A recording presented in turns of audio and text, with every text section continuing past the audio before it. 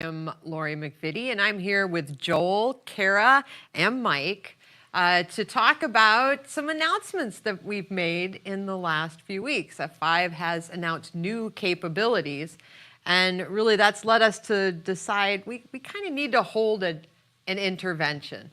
And that intervention is about rethinking security in a hybrid and a multi-cloud world.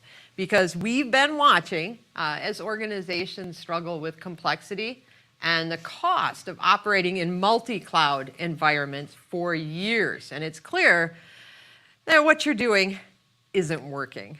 So we're here to talk about a better way. And to start us off, I want to ask Kara, why do we need an intervention now? If we've been watching for years, right, why'd we wait till now? Well, it's been about time, and to really ease us into this, I thought I might use a Socratic approach. And so I've prepared 3 questions that I want our audience here to ask themselves as I go through these. So first question here, are your apps and your APIs today either in or headed to a single public cloud? Okay, that's question number 1. Question number 2, are you confident that you're going to be decommissioning your on-prem environments, your data centers, within the next 3 to 5 years? This is number 2. And question number 3, are you confident that your apps and APIs have found their forever homes and that you're not going to be looking to move or migrate them in the coming years? Okay, so if you look at those 3 questions, if you've answered no to any one of those questions, that is what we are here to intervene in. And I think about just 5 years ago, thinking about, public cloud is going to be it. We're going to be all in public cloud. And I don't hear that from a lot of customers anymore. There was a point in the recent customer advisory board, and this always sticks with me. The customer said, we used to be public cloud at all costs. Now we're public cloud where the costs and the rationale make sense. And I think that that's absolutely where people are today. Sure. Well, it's a much more nuanced landscape. And so if we summarize where we've landed, right, as Joel stated, 5 years ago, every customer conversation I was having was all in on public cloud. We're going public cloud native first with the services that we're going to use, moving in that direction. Then lo and behold, 5 years have passed. In between, there was a pandemic, there's wars, there's supply chain challenges, there's a number of other disruptions, inflation, et cetera. And now where we're left is in this picture where organizations have adopted not one public cloud, but they really shot the moon here. And the average organizations are using 2.8 public clouds based on our research, Lori. And so they have, let's say, three public clouds, an edge environment, their traditional on-prem, they've got their co-location facilities, and they've probably got a on-prem private cloud as well. That's right. So 7 different infrastructure environments. And this gives rise to a visual that I affectionately refer to as the giant hairball. I have cats. I know what that means. Yeah, it's a very accurate picture. And I mean, underneath this, so we're going to assume we're hybrid and multi-cloud in some way, some number mix of these things in this hairball. And in order to actually deal with that, you have to network them together. The network still underpins everything we do, but traditional networking, you said this, Mike, doesn't work for multi-cloud networking, especially when you tack secure onto the front of that. Can you explain what you mean by that? Yeah, so thanks, Lori. So yeah, first of all, it is secure multi-cloud networking. So doing multi-cloud without security is something you don't want to do. Just no big advice there. But the reality is what we face when customers do multi-cloud networking. They first try to solve the networking of networks. How do I bring all my networks together? But then they realize that it actually the challenge is up to layer 7 as well. And because now that we have distributed workloads across multi-clouds, we've now bring our users into different environments for different applications. That layer 3 is not the only problem. Layer 7 visibility, layer 7 control. Allowing security to move with the application workload, keeping a common security policy in place. All of these become factors that traditional networking approaches don't solve. And even some of the early multi-cloud networking companies really weren't focused all the way up to layer 7 to be able to deal with where the workload is, the mobility of the workload, and the diversity of where the users are coming in to different applications in different places. You know, the other place that it comes into play as well is that it's not just about multi-cloud. It's not about just your data center and the cloud. It's also about the edge as well. So how do you bring multi-cloud networking also to the edge? And when we talk a little bit about our solution, what we really describe is a solution that allows you that anywhere that you have networking, compute, and storage, you can actually control and manage that workload and bring it into overall security and visibility across your environment. So we're very excited about what we're now talking about with customers around secure multi-cloud networking. Yeah, and the edge piece, we saw in that same research that it's not just about the security services and monitoring, like the traditional kind of thought around edge, but also actual workloads. But that security piece is still, that's the one that has hit like an inflection point. It's more than 50% are planning to adopt that. And that's a lot of app security, right? They're focused on the app at this point. Joel, you've talked about those implications. Can you expand? Oh, absolutely. It has a huge impact on security. And if we're holding an intervention, I want to be very clear. Another thing that you really want to avoid is hairpinning. And hairpinning is a very network-oriented concept, but it's the idea that in order to obtain your security, you put the security at the center and everything from the edge kind of moves through it. That's an old school way of thinking about things. The difference between multi-cloud networking and secure multi-cloud networking, at least in our opinion, is multi-cloud networking assumes that the problems are predominantly network-based. We know that from a security perspective, the problems are primarily application-based. And so the secure multi-cloud network embeds at its core a knowledge and an understanding that we are serving and servicing applications, not networks. Networks are the carriage. You have to be good at that. But we have to layer on other things in order to get the traffic steering and the advanced security correct. The edge makes that even more difficult.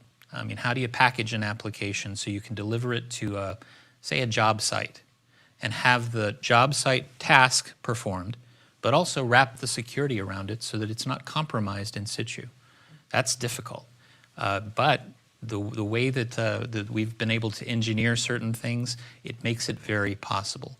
So when you think about security as possibly enabling the ability to move your applications to locations that you thought you could never service.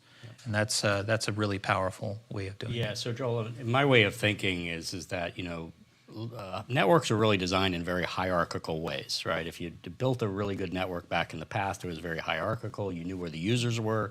You knew where the applications were. Actually, that is really kind of broken now, right? The apps are, you know, are moving, components of the apps are moving to different places. The users are coming, you know, globally from a variety of different, you know, points of presence around the world. So now you've lost kind of that hierarchy, and that's why hairpinning and centralizing security services doesn't work. And really what you need is you really need a mesh of connectivity all the way up to layer 7. And with that mesh of connectivity, the ability to define a security policy one time, and no matter where the workload moves, the policy follows the workload. Because trying to central manage policy through a hub and spoke architecture, one is you're not going to be performant from a standpoint of delivering the experience the user needs. And number two, you're going to constrain your ability to really manage the security for your, you know, for your environment. Absolutely. Well, and it reminds me a bit of, you know, there's been just a litany of breaches that have happened over the past several years. And it's funny when you read the root cause analysis of what happens in these data breaches, and increasingly you're finding the cloud posture was something that was the issue. The settings were wrong in a certain environment. And it just strikes me, you know, if we go back to the hairball, 7 different environments, each with their own paradigms for security policy, their own ability and their own separate capabilities to be setting different rules and different signature sets. It strikes me that is a recipe for finding vulnerability and exploiting it. Absolutely. Really. One of my favorite physicists, Richard Feynman, actually said something very famous as part of the Challenger accident investigation. He said, complex systems fail in complex ways. the way to prevent yourself from being affected by a complex system in that way is to make sure that you monitor everything in a consistent manner. And that's, of course, what a good mesh will do for you. Yeah, and just to add a point, a lot of our customers who went initially to the public cloud said, hey, I'm just going to use the native security services. F5, your web app firewall is great, but I'm going to go to the public cloud. I'm going to use that native web app firewall instead of taking big IP with me. Then they, maybe they started in AWS, and then they ended up for application regions in Azure. Now they were dealing with native web app firewall in AWS and native one in Azure. They operate differently, and then a security vulnerability comes along. Well, guess what? Now you've got to scramble and understand how each of those different tools are going to be able to protect you from that particular security vulnerability. And that is a big part of what we're talking about here with secure multi-cloud networking, is the ability to have one consistent security policy that's easily enforceable across multiple cloud environments. That requires a very different approach. I mean, you're talking about applications, about an entire layer of services. I mean, we track that too, and the average organization uses 31 different types of services. That's not the number of services they use, that's just the type of services. So that's a very complex thing. It obviously requires a very different approach than just networking things together. So what is it that we're doing that's different that actually enables that consistency underneath? Yeah, so Lori, in our announcement around secure multi-cloud networking, we've introduced two services. One service that we call Network Connect, which you can think of as a foundational layer 3, layer 4 SDN overlay functionality that can extend between your existing data centers, all the public cloud providers. That provides the foundational connectivity across the multi-cloud networking infrastructure. And then a service that runs on top of that that's called App Connect, and that brings all the layer 7 capabilities. So think of it at its foundation as load balancing as a service that runs on top of Network Connect, and that is deployed in software nodes that deploy in your data centers, in your public cloud environments. Frankly, anywhere there's network, compute, and storage, you can deploy these nodes. Once you've deployed the nodes through our SaaS console, and we do that with orchestration that's built into our console. We can do that through full-blown automation with APIs. Once you've deployed those nodes, you now have instant visibility across your multi-cloud network infrastructure, and we do that through a very innovative service mesh that shows the connectivity from the users to the app and components of app to app. Or so if you're dealing with a microservices-based application, we can also see all the session traffic all the way down to API calls between the app components and then all the users. So that service mesh visibility is a very powerful piece of being able to run this multi-cloud environment. Once that is all in place, and through the click of a button, you can define a common security policy that then gets enforced across the entirety of that multi-cloud environment. And if you deal with a vulnerability, one change the policy can get distributed across the entire fleet of nodes that you've deployed, making it very powerful and easy for you to respond to security challenges that you may be facing. Now, this being an intervention, I don't want to scare our interventionees out there. You mentioned service mesh, and I want to be very clear about the service mesh underpinning some of these offerings. People who have worked inside of service meshes, the industry has not necessarily made service mesh the easiest thing in the world to adopt and configure and run. The service mesh that underpins distributed cloud is actually zero touch. I know that's kind of an overused term, but it's not intended to actually be something that you have to interact with on a regular basis. Instead, it builds its chains based on how you tell it to configure and where to place workloads. And it's also identity-based, which means that you have a provable chain of services that cuts through the entire application. And so it's good for things like zero trust for workloads. Yeah, and Joel, what's interesting about the solution that we've developed is the node software that we deploy in the public cloud can either run on bare metal or virtual machine, but we can also deploy it as a pod inside of a Kubernetes cluster. So we actually have the ability to do multi-vendor, multi-cloud, multi-cluster cross-cluster networking and security, right? So any way that you're delivering your application workload or your APIs, we can integrate with and then give both security and visibility across that entire infrastructure. So it's very powerful. Yeah, that's all. I mean, we've decided, well, we've kind of concluded from all the data and just the years of talking to customers and interacting with the industry, right? We're going to be hybrid for the foreseeable future. That's the default. But, right, when you're talking about like at the service level and this networking, why wouldn't organizations just go, okay, it's too much. I'm just going to pull back. I'm going to be all in cloud. I'm going to be all on-prem. Why are we not seeing that, right? That was the way it was going to be, but it's not. Why? Kara, can you give us some insight? Yeah, and I guess I'll use this as an opportunity to give you Kara's theory on enterprise IT a little bit.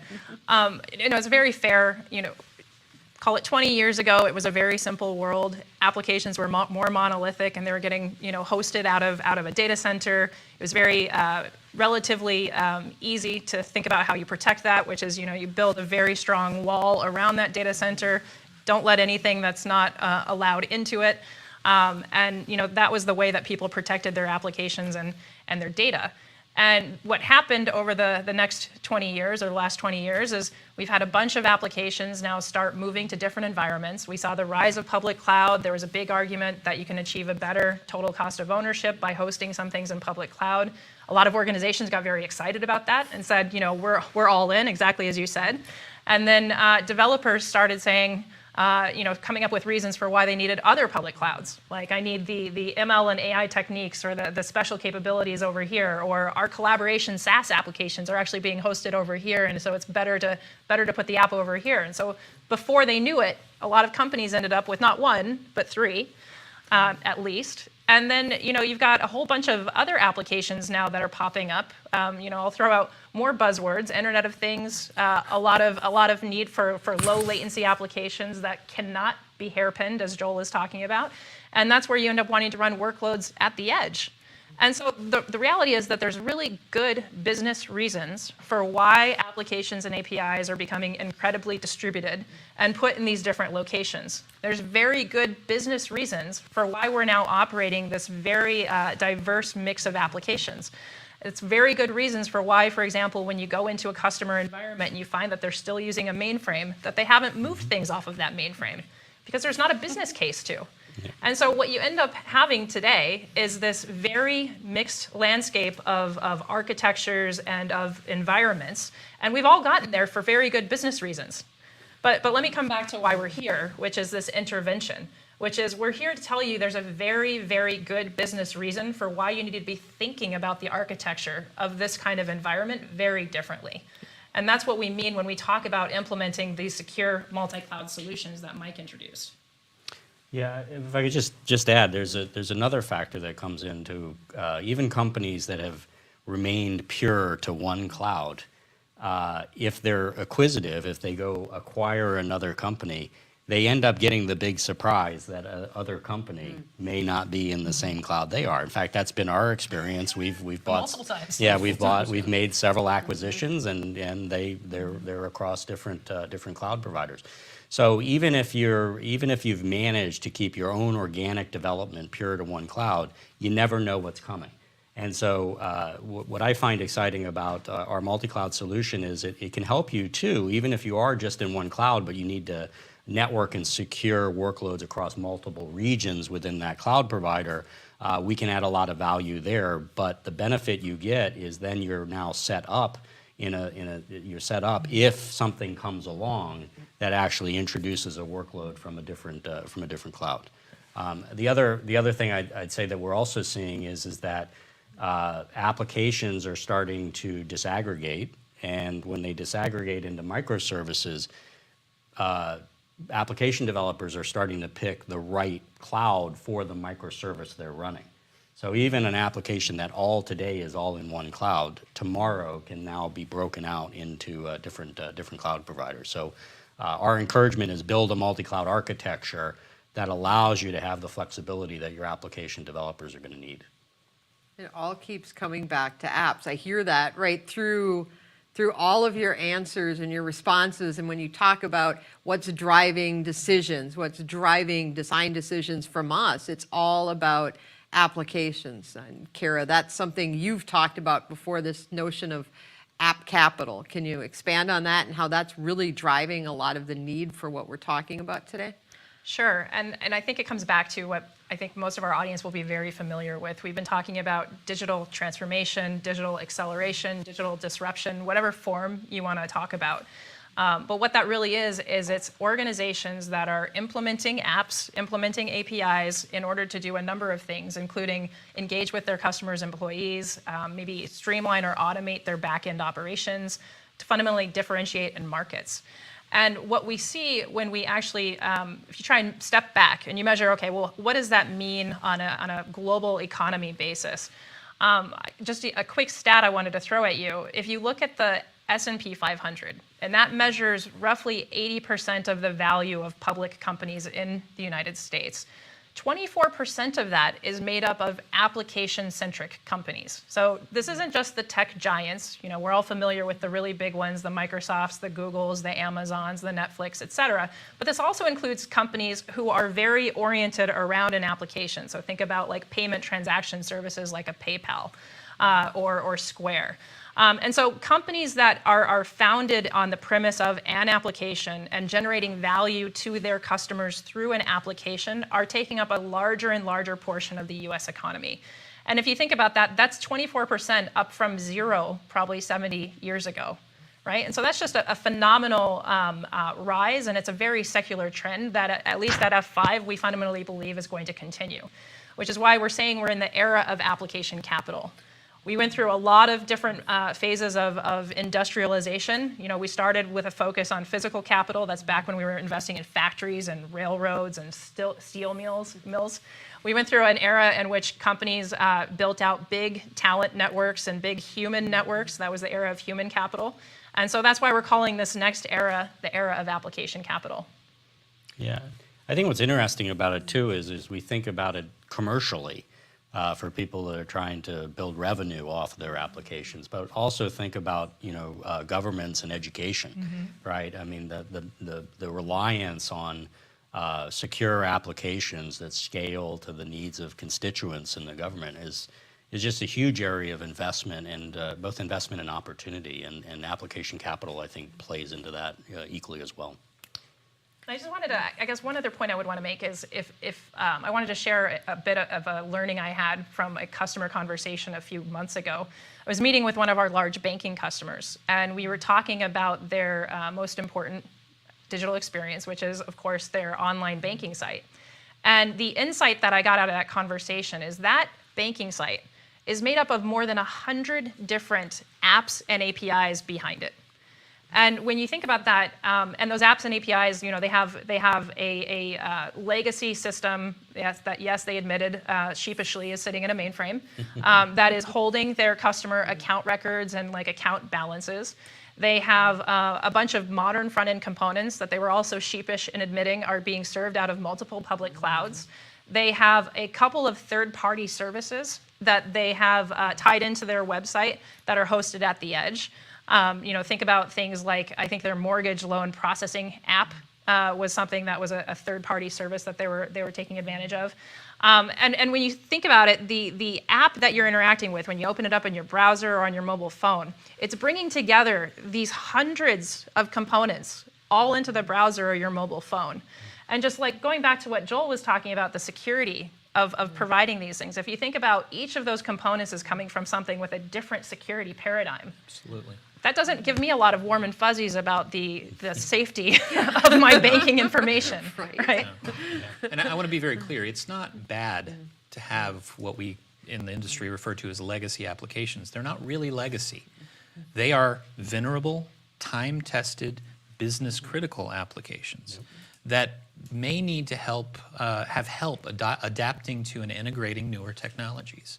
We talk about the maturity of companies that want to adapt or change into a digital enterprise. They want to adapt and they want to become part of this new app economy. Well, they're going to have a lot of these systems, and the systems of record, they can respond one of three ways to them. They can bury their heads in the sand and ignore the technology and assume it never happened and just continue on, and they're never going to actually be able to address or transform into a digital enterprise. They could re-platform everything, rebuild, retool. That's absolutely something you can do with new technologies, but you're also throwing away the legacy of history that you have, the rationale and the reason why you created those systems and applications in the first place. And it's very expensive. It's extremely and expensive. time-consuming. Exactly. So most customers choose to very pragmatically adapt and integrate those technologies with newer technologies. And choosing a system that helps you actually do that by giving you enough tooling to wrap around the legacy applications and to implement and deploy the newer ones, that creates an environment that makes adapting and integrating far easier. It's also fantastic if you're working with a company that has a long history in adapting and integrating new technologies and old technologies. And F5 is fantastic at that, always has been. Yeah, so Joel, what you described is exactly why we've built the distributed cloud platform, is to service the needs of these applications. And I think what's interesting about Kara's example with that banking customer is they probably have very little visibility to the traffic that flows between the different components of that application or the different microservices, and the implementation of consistent security policy. If they are able to do it, they're doing it through a hairpin mechanism that Joel described. We can actually integrate what we've done with secure multi-cloud networking in a very unintrusive way, and now give them visibility and consistent security policy across that application. So making that application much more safe, secure, and reliable for the bank's customers. So a lot of great opportunities even with an existing application. Yeah, absolutely. I mean, that notion of distributedness, the ability to take advantage of different environments when you need to for a specific even component, right? It was still an application, but we're making bigger applications out of that. That's important moving forward.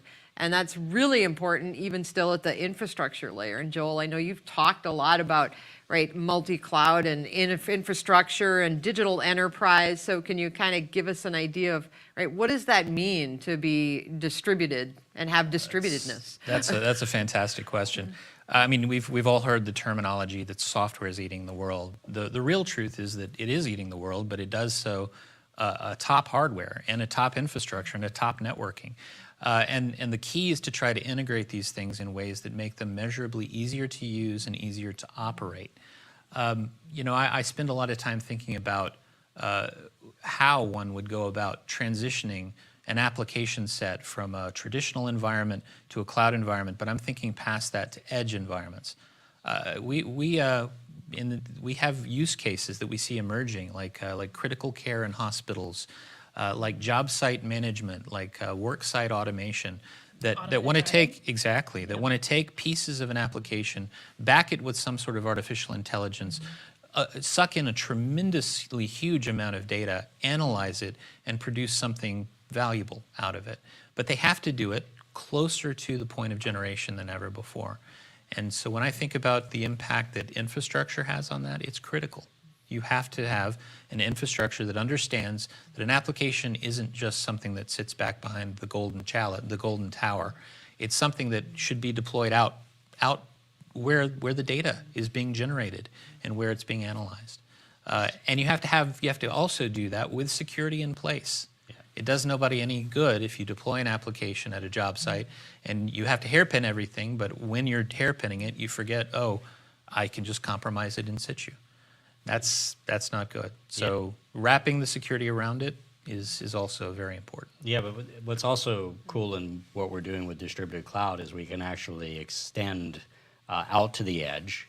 We can actually deliver the workloads, and then both connect and secure those workloads. So we're really built as a platform for delivering distributed applications. Thus the name distributed cloud.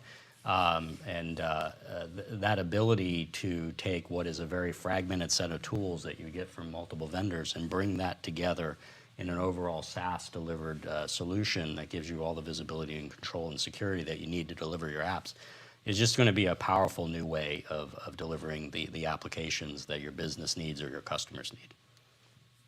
Yeah, it goes back to those tools and complexity and all of the challenges that we've been watching organizations struggle with for years. And security, complexity, right? Visibility. I think you've mentioned at least all of the top reasons that we've seen in our research come up about why people are struggling with multi-cloud and they need a solution like that. But, right, what I'm hearing is that, right, no one else has been able to solve all those challenges because it's a multi-layer problem. It's networking, it's infrastructure, and it's also the services. Yeah. And that's really, in a nutshell, if you bring it up, that's what we're introducing today, isn't it? Yeah, that's right. And let's talk a little bit about how we got here, right? First of all, let's talk a little bit about the talent who's built the distributed cloud. Because layer 3, 4 networking is an important part of this, and it's important to know that the architects of the layer 3, 4 networking functionality of the distributed cloud are some of the most talented people who wrote the code that runs across the internet infrastructure today. So, deep heritage around networking technology. Now combine that with the know-how that F5 has around layer 7 and the load balancer and application networking, plus everything we know about application security, whether it be WAF, bot, or API security. We've now been able to really combine everything that we've done in the past into this SaaS platform to deliver these services. So yes, we handle the networking layer, but we also handle the application networking layer, and we handle security on top of that as well. So, that is the huge differentiator versus what I would believe is anything else in the marketplace today. I don't know, I heard about heritage and I heard load balancer, and that always makes me stop, right? Because a lot of people in the networking industry do associate us with, F5, that's that load balancing company. And I think that's great because, well, yes, I mean, we do that exceptionally well, but we are so much more at this point. And I think, Kara, as Chief Product Officer, you are best suited to give people an understanding of really who is F5 today, because we're not just that load balancing company anymore. Definitely not. But I will say the heritage we have as a load balancing company, we've been doing this for more than 25 years, and so it's a very, very strong heritage. But let me talk to you about what's been going on at F5 over the last 5 years. And just if you rewind the story back to 2017, F5 was a company. We shipped 90+% of our product revenue as hardware perpetual model, and it was predominantly load balancers and application delivery controllers. And that was very much what we were known for, and we did a really, really good job at it. We made the market, and so it's it's not a surprise that a lot of our customers and a lot of you out there in the audience, that's what you know us for. But a lot has changed in the last 5 years. So we have expanded into modern applications and providing load balancing and proxy-related services, including API gateways, including application security, for modern applications, which we define as container native or microservices-based applications, and we do that through Nginx, which was a company we acquired 4 years ago. And then in addition to that, we've also expanded into advanced security, including traffic profiling, things that are very able to capture sophisticated automated attacks, so anti-bot technology as well as anti-abuse and anti-fraud. We've also expanded through an acquisition of this company called Volterra that has become the basis for our distributed cloud capability. And then we've had other acquisitions that have gotten us further into workload protection and looking at the underlying vulnerabilities in the infrastructure. And so when you step back and you look at the F5 today, we have 3 pillars of our portfolio. We have the Big IP family, which most of our customers are very, very familiar with. Big IP protects, on our estimates, about 15 million of those venerable enterprise mission-critical workloads. And it's intended really for those more traditional monolithic or 3-tier client-server type workloads. And companies love it because of its programmability and its protocol support.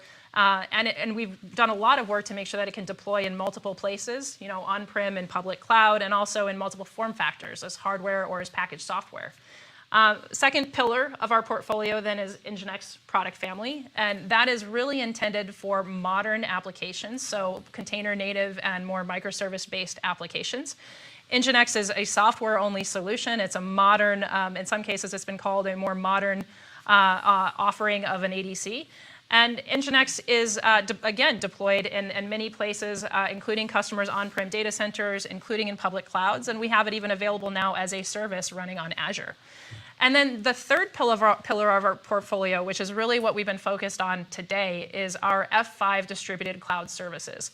And that is our offering in the SaaS and managed services deployment space. And what that does is it covers this full range of capabilities that we're talking, all the way from robust application security that integrates very well with your security paradigms from BIG-IP and from NGINX, as well as the multi-cloud networking solutions that we're talking about, both at layer 3 and 4, as well as at layer 7. And so when you take a step back and you look at this portfolio, we've really come a long way from 5 years ago when the 90+% of our revenue is perpetual hardware. And that's actually one of the things that I am very proud about, having been at F5 over this journey. We can now declare that we have migrated our business to being software-led. More than 50% of our product business today is software. And we've also achieved another great milestone, which is more than $1 billion of our revenue is security. And so we are actually one of the leading security vendors in the world. Yeah, and Kara, I think we have an exciting portfolio. We cover every app anywhere, really, with that portfolio, and secure any app anywhere. And I think one of the secrets to what we're doing with distributed cloud is we're actually integrating technology from the rest of the F5 portfolio into distributed cloud to make it a SaaS offering. So we really should mention that everything we talk about from app security, it is built around the fundamental web app firewall, advanced web app firewall capability that we have in BIG-IP that we took across NGINX and now into distributed cloud. The bot technology comes from the acquisition we made of Shape. So we're really using the distributed cloud platform as a way to SaaSify the F5 portfolio, and that's what's really exciting because customers want that SaaS consumption model. So distributed cloud is kind of our album of greatest hits, if you that's right. Like to take it there. That's right. And I've been privileged to be working for F5 for a long time, but even before that, I was a customer of F5's, and I've seen it move from the load balancing company through to the application delivery company, which was focused very clearly on adding things to the load balancer that were of value. And I think there is a transition underway right now to understand the importance of application delivery moving to application distribution. It's not just about getting traffic to the application and putting services in front of it. It's about delivering the application to the places it needs to be with full security intact. And that's an exciting place to be. It means that we can address more workloads than ever before. It means that we have tremendous opportunity for the emerging enterprise edge. There's nothing we can't achieve if we set our minds to it. I'm very proud of what we've done here. Yeah, it's very exciting. And you mentioned security a lot, and it was very interesting that this morning I read an announcement, Biden administration talking more about cybersecurity and requirements, and specifically called out that cloud security aspect. And that really has been a challenge for not just our customers, but the entire industry. Again, going back to that complexity and those different siloed environments because you're going to be multi-cloud. So I think bringing this particular solution to market at this time is right. And so, yeah, it's time for an intervention because it's not going to change. We are hybrid, and you really need secure multi-cloud networking if you're going to operate in that environment moving forward. So that's been great. This has really helped understand what it is that we've been announcing. And I want to thank you for being here. And I don't know if we have any questions or not. But if we don't, we can, as they say, give you. Oh, we do? Oh, she's saying we have questions. That's We do great. have questions online, okay. I love questions. She's like. We're waiting We to see can't them on see the the screen. questions. Well, while we're waiting, Oh, wait, here we go. here we go. There we go. All right. The challenge that we are seeing in security landscape for multi-cloud environment is the need for multi-layer security. Absolutely. And multi-layer security can easily lead us down a rabbit hole. Yes, that's true as well. So the question is, how do we determine what is enough and balance that with meeting performance metrics of cloud environments? How do you determine what is enough from a security perspective? That's, and I hate to be coy about this, but that actually relates to whatever the application is. There are some applications that need bank vault treatment. There are some applications that need basics, and there's a whole wide spectrum between the two. Ultimately, what security you bring to bear for an application has a lot to do with what the application is and what its needs are. And that could be anything from the application contains PII, the application is a payment system and maybe has PCI constraints that need to be placed on it. The key here is that you need to be able to create the layers of security in any location that you need, in the right order. That's another thing. A lot of people don't remember that you really have to process security in a correct way. And that's what you have to think about when you're engineering this for an application. Well, let me try and simplify it a little bit, Joel. Is Sure. there ever a scenario in which an application or an API does not need any security? No. Okay. No, there has to be a basic level of security. No, I wouldn't be a security. They'd take away my security cred if I said that. But I think the other thing that within the question is how do you get to multi-layer security, and then also simplify it, right? We don't offer every security product that would be in a multi-layer security stack, but in our area of focus, which is around application security, or what's often described as web app and API protection, we do provide one consistent service that you can deploy across the entirety of your environment and manage the different levels of security as Joel was talking about, but also do it in a very consistent and easy to deploy and manage way. So we do think a suite of solutions around application security that are managed and deployed in a very common way is one of the ways that you solve the challenge of dealing with multi-level security. Absolutely. Yeah, and I Seems think like a that's good answer. important. Yeah, it's important to get that consistency because, right, human error and misconfiguration Yeah. of policy is still like the #1 cause of, right, breaches and intrusions. And, right, we really need to address that. And part of the way to do that is with an easier, a simpler, consistent way to deploy that security, right? Even if you have enough, you still have to worry about that. So I think that's really great to be able to do that. Yeah. This will be a right. favorite one for I Mike. like this. Oh, Please ask this one. please, you've been waiting for this, haven't you? All right. All right, I'll ask the question. So how does the F5 offering differ from VMware MCN and Aviatrix? Yeah, so thanks for the question, and all respect to those companies and their solutions.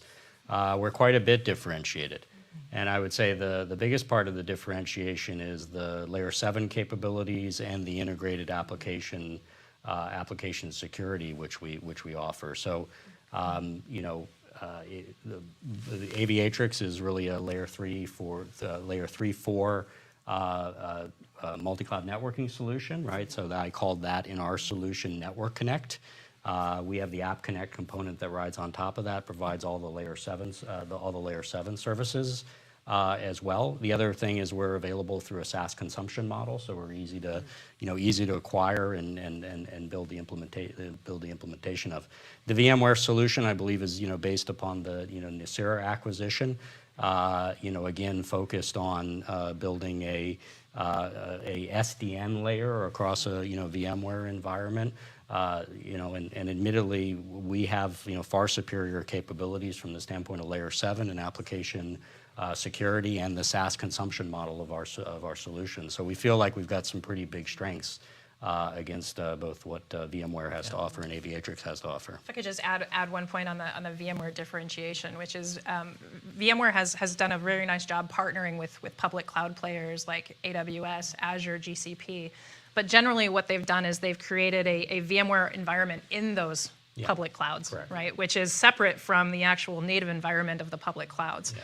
And so there's a delineation between the workloads that you would run in VMware on AWS versus what you'd run in the broader AWS public cloud. Yeah. And with our solution, you don't need to make that distinction.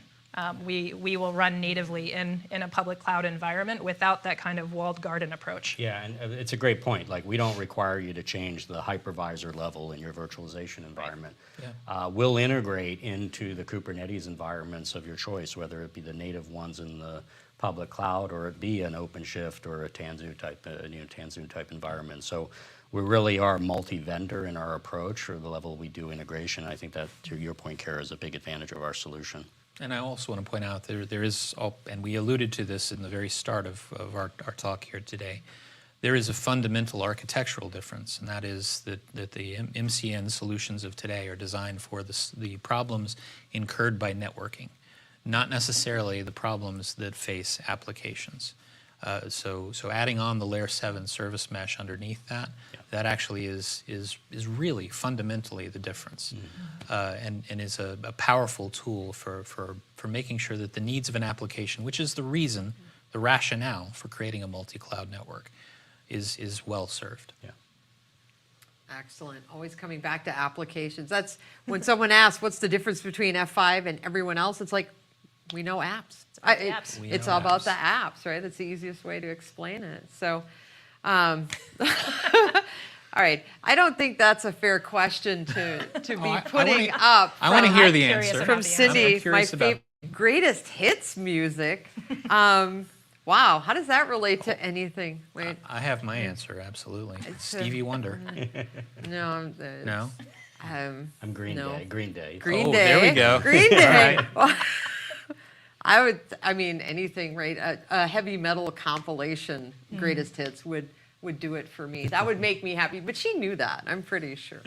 I noticed Kara didn't answer this question. Well, I'm a little bit more nuanced. It's the music for the situation. I like that answer. You got to have your karaoke list. You got to have your dancing list. Awesome. Well, it just right back to the multi-layer, right tool for the job. Excellent. Well, I want to thank all of you for being here today with me, and I want to thank everyone who tuned in, joined in, asked questions, and otherwise participated. It was great that you could come out, and I hope we'll see you again in the future.